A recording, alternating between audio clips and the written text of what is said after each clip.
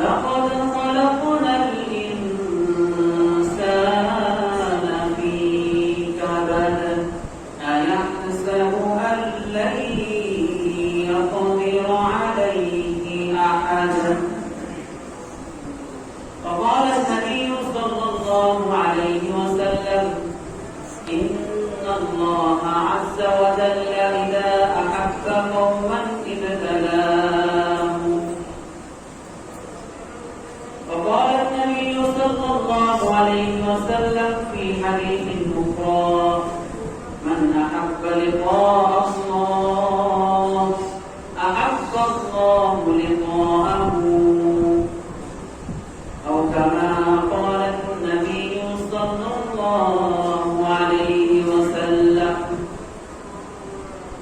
الحمد لله আসমানের মালিক আরশের মালিক আপনার আমার খালিক মহান আল্লাহ রাব্বুল আলামিন আল্লাহ সুবহানাহু ওয়া তাআলা আল্লাহ রাব্বুল ইজ্জত ওয়াল জালাল এর দরবারে অসংখ্য অগণিত বেহিসাব শুকরিয়া আদায় করছি মহান আল্লাহ রাব্বুল আলামিন আমাদেরকে বছর ঘুরে আবারো 10ই জিলহজ পবিত্র ঈদুল আযহার দিনে পাক পবিত্র হয়ে পবিত্র ঈদের নামাজ আদায় করার লক্ষ্যে মসজিদে আসার এবং বসার তৌফিক দান করেছেন সেজন্য সকলে মন থেকে পড়ি আলহামদুলিল্লাহ।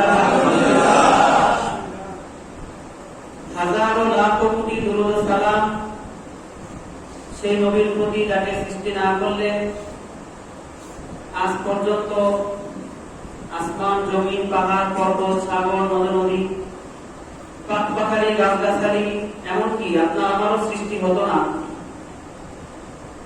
সে নবীর প্রতি জানাচ্ছি লাখো কোটি দুরূদ ও সালাম।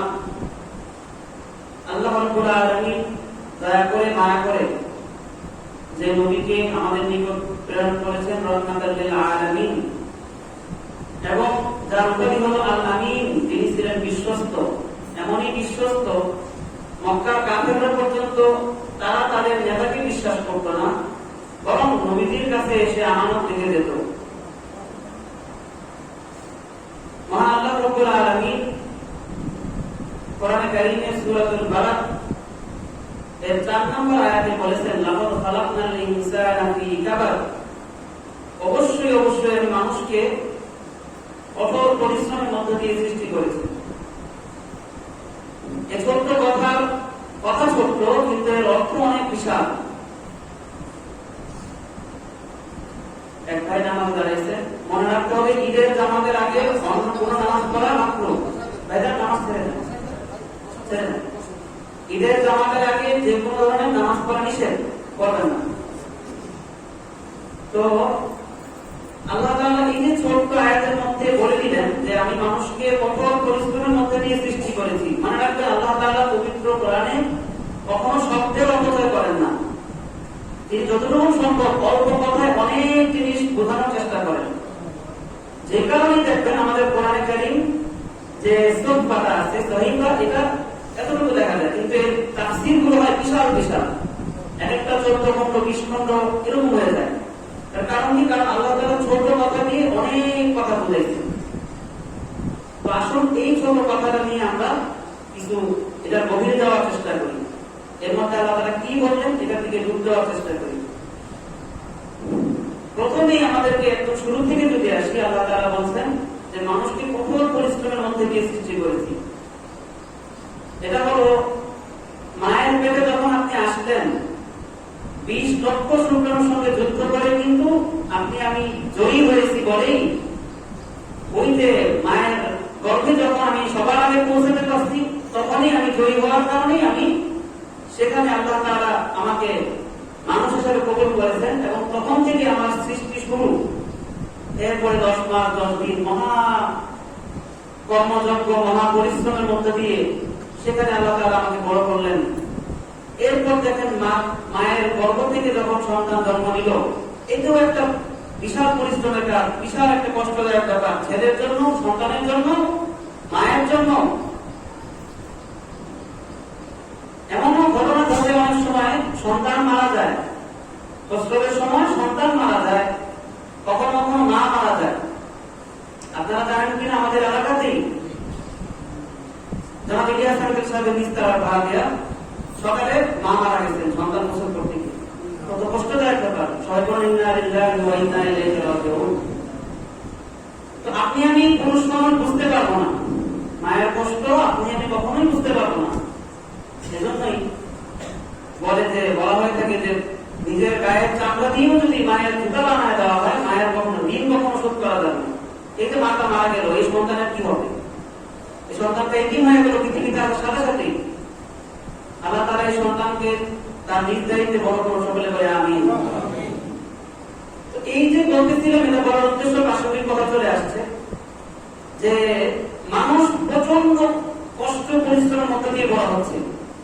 এটা ছোট থেকেই, শুধু যে বড় হওয়ার পরে স্ট্রাগল শুরু হয় তা নয়। এরপরে 2 বছর পর্যন্ত মা বুকের দুধ পান করায়। এই বুকের দুধ পান করাতে করাতে মার যৌবন এখানে শেষ হয়ে যায়, মায়ের সৌন্দর্য সব হারিয়ে যায়, তার রূপী ভরা যৌবন সব শেষ হয়ে যায়। আপনাকে আমাকে বড় করতে করতে মা শেষ। মায়ের কষ্ট এখানে দেখেন, ছেলেরও কষ্ট মেয়েরও কষ্ট। সে যখন বাচ্চাটা থাকে, ছোট থাকে, সে এত সহজে বড় হয় না, খুব কষ্ট হয়। এরপরে বড় হওয়ার পরে যত বড় হচ্ছে তত তার দায়িত্ব বাড়ছে। এভাবে করে বিভিন্ন সমস্যার মধ্যে আমরা কেউ না কেউ জর্জরিত। কেউ হয়তো মানসিকভাবে বিপর্যস্ত, কেউ হয়তো শারীরিক ভাবে আমরা খুব অসুস্থ, কেউ হয়তো অর্থনৈতিক ভাবে আমরা চাপের মধ্যে আছি, কেউ হয়তো পারিবারিক দিক থেকে চাপের মধ্যে আছি, কেউ হয়তো রাষ্ট্রীয় ভাবে চাপের মধ্যে আছে, কেউ হয়তো সামাজিক ভাবে চাপের মধ্যে আছে। কেউ না কেউ নানান দিকে সমস্যায় জর্জরিত আছি। আপনি এমন ভাবে পাবেন না যে বলতে পারবে যে আমার শারীরিক, অর্থনৈতিক, সামাজিক, পারিবারিক কোন দিক থেকে কোনো সমস্যা নেই, এই কথা বলতে পারবে এমন কেউ তো পাবেন না। এটা যদি হয়ই তাহলে আল্লাহর কালাম মিথ্যা হয়ে যাবে। যার দেখবেন অঢেল টাকা পয়সা, তার হয়তো মনে শান্তি নেই। যার মনে শান্তি আছে তার হয়তো টাকা পয়সার সমস্যা। যার কোনটাই আছে তার হয়তো পারিবারিক দিক থেকে ঝামেলা। কোন না কোন দিক থেকে কেউ না কেউ অবশ্যই সমস্যার মধ্যে আছে। আর এটা আল্লাহ তাআলা এভাবেই আমাদেরকে নিয়ম করে দিয়েছেন, এভাবেই আমাদেরকে সৃষ্টি করেছেন। কেন করেছেন? যাতে করে আমরা ওই রবকে ভুলে না যাই, যে রব আমাদেরকে সৃষ্টি করলেন।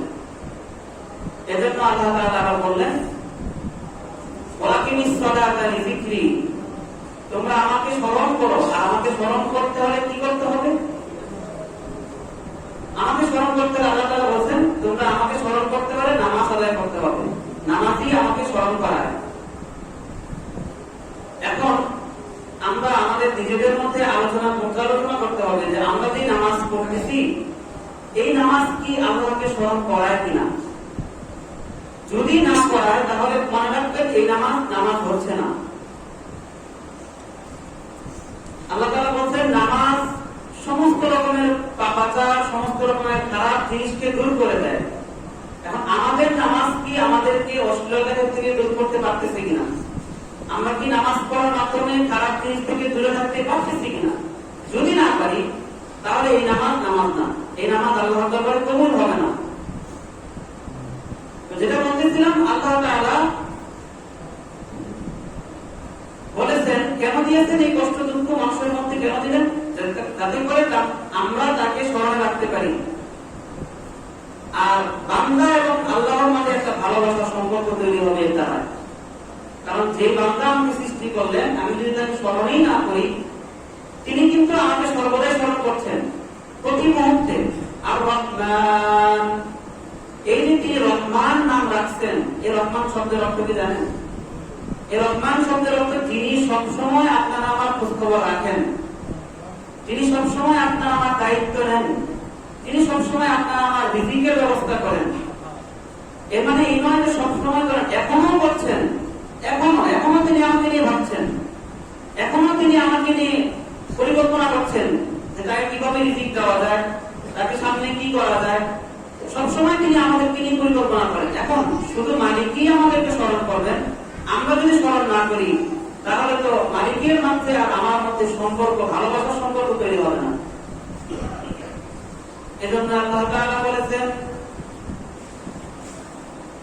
ইযা আহাব্বা কওমান ইবতালাহুম ক্বালা রাসূলুল্লাহ সাল্লাল্লাহু আলাইহি ওয়াসাল্লাম ইন্নাল্লাহা তাআলা ইযা আহাব্বা কওমান ইবতালাহুম। আল্লাহ তাআলা বলেন যখন আমি কোনো কওমকে, যখন আমি কোনো মানুষকে ভালোবাসি, আমি তাকে পরীক্ষার মধ্যে ফেলি, তাকে পরীক্ষা করি। এই যে নানান সমস্যা, এই যে নানান দিক থেকে অসুবিধা, এগুলো আল্লাহর পরীক্ষা। অর্থনৈতিক বলেন, শারীরিক বলেন, সামাজিক বলেন, যে কোনো ধরনের দিক থেকে আপনি সমস্যায় আছেন, এটা আল্লাহর পরীক্ষা। এই পরীক্ষার মধ্যে উত্তীর্ণ হইতে হবে কি করে? সবরের মাধ্যমে এবং সালাতের মাধ্যমে। এটা আল্লাহ তাআলা বলেন সূরা বাকারায়, ওয়াস্তাঈনু বিস-সাবরি ওয়াস-সালাহ ইন্নাল্লাহা মা'আস-সাবিরিন। ও ঈমানদাররা, তোমরা আল্লাহর কাছে ধৈর্য এবং নামাজের মাধ্যমে সাহায্য প্রার্থনা করো, কেননা আল্লাহ তাআলা সবরকারীদের সাথে আছেন। আবার অন্যত্র আল্লাহ তাআলা বলেছেন, ইন্নাল্লাহা ইউহিব্বুস-সাবিরিন। আল্লাহ তাআলা সবরকারীদেরকে ভালোবাসেন, যারা কিনা সবর করবে। সবর তিন প্রকারের হয়। একটি হলো সবর আনিল মাসিয়াহ, গুনাহের থেকে, সবরের থেকে বেঁচে থাকা। সবর আলা তাআহ, আনুগত্যের মধ্যে সবর করা। সবর আনিল মুসিবাতে, কোন বিপদ আপদে পড়ে সবর করা। এই তিন প্রকারের সবর। এখন এই তিন প্রকার সবরের মাধ্যমে আমরা আল্লাহ তাআলার নিকট সাহায্য প্রার্থনা করব। যখনই আমি সবর করব, মনে রাখবো আল্লাহ তাআলা আমাকে সাহায্য করবেন এবং তিনি আমাকে পথ দেখায় দিবেন। তো যেটা বলতেছিলাম, হাদিসে কুদসিতে প্রিয় হাবিব মুহাম্মদ রাসূলুল্লাহ সাল্লাল্লাহু আলাইহি ওয়াসাল্লাম বলেন, হযরত আবু হুরায়রা রাদিয়াল্লাহু তাআলা আনহু থেকে হাদিসটি বর্ণিত, আল্লাহ তাআলা বলেছেন যে কোন বান্দা যদি আমার নিকট এক বিঘত পরিমাণ আগায় আসে, আমি ওই বান্দার নিকট এক হাত পরিমাণ আগায় যাই। সুবহানাল্লাহ। দেখেন, এত বড় মালিক, আমি কত ছোট বান্দা, নগণ্য বান্দা, তার সৃষ্টির সামনে আমার কোন অস্তিত্বই নাই ধরতে গেলে। তো ওই আল্লাহ বলছেন যে কোন বান্দা যদি আমার নিকট এক বিঘত আগায় আসে, আমি তার নিকট এক হাত আগায় দেয়। শুধু তাই নয়, ওই কত দয়ালু, আর রহমান আর রহিম নামটা তিনি এমনি এমনি দেন নাই। নিজের নাম তিনি নিজেই রাখছেন এবং এই নামের যথার্থতা তিনি দেখিয়ে দিয়েছেন এবং সর্বত্রই দেখাচ্ছেন আমাদেরকে। মানুষ কেউ তো হয়তো মনে করে যে আমার উপরে হয়তো মালিকের নজর নাই, নাউযুবিল্লাহ। অনেক সময় আমরা বিপদে পড়ে, হয়তো অনেকে অনেক কঠিন বিপদের মধ্যে অনেক সময় আমরা পড়ে যাই, তখন হয়তো ভাবি যে আল্লাহ মনে হয় আমাকে খেয়াল করেন না, আল্লাহ মনে হয় আমার দায়িত্ব ছেড়ে দিচ্ছেন, এরকম ভাবতে থাকি আমরা। কিন্তু ভাই মনে রাখবেন, প্রতিটা মুহূর্ত আল্লাহ আপনাকে দেখতেছেন, প্রতিটা মুহূর্ত আল্লাহ আপনাকে কেয়ার করতেছেন। যদি এটা ভাবেন যে আল্লাহ তাআলা আপনাকে দেখতেছেন না, আল্লাহ তাআলা আপনার খোঁজ খবর রাখেন না, আপনার ঈমান থাকবে না। এটা কখনো ভাববেন না। বরং তিনি মাঝে মধ্যে বান্দাকে পরীক্ষা করেন, এবং পরীক্ষা কখন করেন? যখন কোন বান্দাকে আল্লাহ তাআলা ভালোবাসেন। এজন্য দেখবেন যুগে যুগে নবী রাসূল, ওলিয়া উলিয়া কেরাম, আম্বিয়া কেরাম, বড় বড় পীর বুজুর্গরা যুগে যুগে জুলুমের শিকার হয়েছেন। তারা যুগে যুগে জেল কেটেছেন, সমাজ থেকে তাদেরকে বিতাড়িত করা হয়েছে। এর কারণ তারা দ্বীনের দাওয়াত দিতেন, আল্লাহ তাআলার পছন্দের বান্দা ছিলেন, আর আল্লাহ তাআলা তাদেরকে ভালোবাসতেন বলেই তাদেরকে এই পরীক্ষার মধ্যে ফেলেছেন।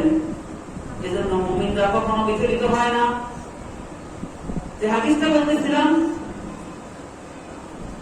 যে আল্লাহ তাআলা ওই বান্দার দিকে দ্রুত হেঁটে যান যে বান্দা তার দিকে আস্তে আস্তে হেঁটে হেঁটে যায়। এরপরে আবার দেখেন কি বললেন, ওয়াইদা হারওয়ালা ওয়া ইন হারওয়ালা আতাইতুহু সাইয়ান। আর যে ব্যক্তি আমার নিকট দ্রুত হেঁটে হেঁটে আসে, আমি তার নিকট দৌড়ে যাই। ওয়া আনা আসরাউ বিল মাগফিরাহ, আর আমি ক্ষমা করার ক্ষেত্রে আমি অধিক দ্রুতগামী। দেখেন, আল্লাহ তাআলা আমাদেরকে ক্ষমা করার জন্য কত পাগল। বান্দাকে ক্ষমা করার জন্য আল্লাহ তাআলা দ্রুত আগে আসতেছেন।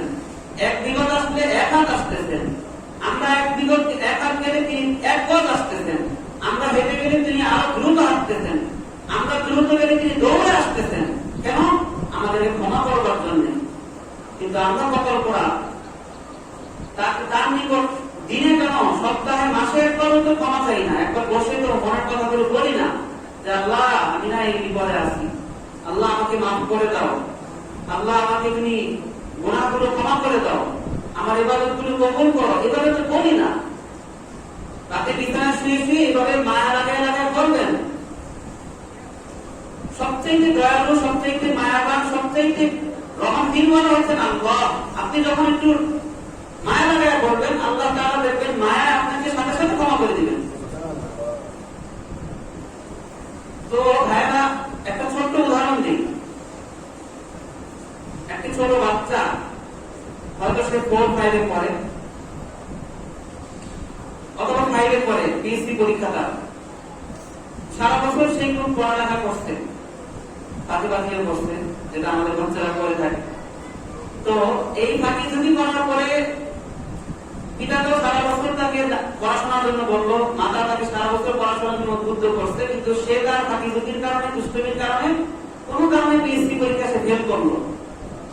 এখন স্কুলে গিয়ে যে যখন সে তার রেজাল্ট দেখতে পেল যে সে ফেল করছে, এই বয়স তখন সে আর বাসায় ফির নাই, বাসায় আসে নাই।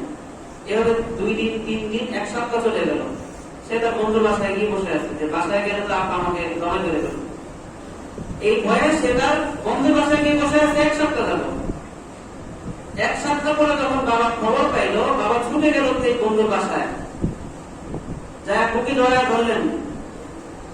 বাবা অঝরে পানি ছাড়লেন, চোখের পানি ছাড়লেন, কাঁদতে কাঁদতে বললেন, বাবা তুমি না আমার পরীক্ষা ফেলই করছো, তাই বলে তুমি এটা কেমনে ভাবলা যে আমি তোমাকে বের করে দিব, আমি তোমাকে আর আদর করবো না, আমি তোমাকে আর ভালোবাসবো না, এটা কেমনে ভাবলা? এই যে বাবার মহাব্বত, ছেলের কাছে এটা অনেক বড় অন্যায় হয়েছে। কিন্তু বাবা কিন্তু তার মহাব্বতকে ছেড়ে দেন নাই, মা কিন্তু তার মহাব্বতকে শেষ করে দেন নাই। বরং ছেলে যদি ওই 1 সপ্তাহ পরে, কেন 1 মাস পরে, 1 বছর পরে যদি ফিরে আসতো, বাবা কিন্তু সাথে সাথে বুকে জড়ায় দিতেন। তো এটা হলো সামান্য আমাদের মানুষের সামান্য ভালোবাসার নমুনা। আর পৃথিবীর মধ্যে 100 ভাগ ভালোবাসার মধ্যে এই 1 ভাগ ভালোবাসা আমাদের মধ্যে আল্লাহ তাআলা বন্টন করে দিয়েছেন। এই ভালোবাসার নমুনা যদি এমন হয়, তাহলে 99 ভাগ ভালোবাসা যার কাছে আল্লাহ তাআলা রেখে দিয়েছেন ওনার কাছে, তো ওই আল্লাহর ভালোবাসা আমাদের জন্য কেমন হবে, কেমন হবে একটু চিন্তা করেন। তো এই জন্য এগুলো ভাববো, আল্লাহ তাআলার রহম, আল্লাহ তাআলার দয়া নিয়ে আমরা চিন্তা ফিকির করবো। তো আল্লাহ তাআলা কতটা ভালোবাসেন আমাদেরকে, এটা কোনো মানুষের চিন্তা আনা সম্ভব না। শুধু এটুকু মনে রাখবেন, যখনই আপনি তাকে ডাক দিবেন তখনই কাছে পাবেন। তা আল্লাহ তাআলা বলেছেন, উদউনি আস্তাজিব লাকুম, বান্দা যখনই ডাকবা তখনই আমি আছি, যে অবস্থায় ডাকতাও সে অবস্থায় আমি তোমার পাশে আছি। এজন্য আল্লাহকে ডাকার, আল্লাহর কাছে মাফ চাওয়ার নির্দিষ্ট কোনো সময় নাই যে নামাজের পরে চাইবো, শুক্রবার হলে চাইবো, তাহাজ্জুদের সময় চাইবো না। আপনি বাজার করতেছেন, আস্তাগফিরুল্লাহ আস্তাগফিরুল্লাহ আস্তাগফিরুল্লাহ, ঘুমাইতে যাচ্ছেন, আস্তাগফিরুল্লাহ আস্তাগফিরুল্লাহ, সবসময় করতে থাকবেন। এগুলো দ্বারা আল্লাহর কাছাকাছি হওয়া যায়, আল্লাহর বন্ধু হওয়া যায়। আর আল্লাহর বন্ধু হয়ে গেলে কি হয়? আল্লাহ তাআলা বলছেন, আলা ইন্না আউলিয়া আল্লাহি লা খাউফুন আলাইহিম ওয়া লা হুম ইয়াহজানুন।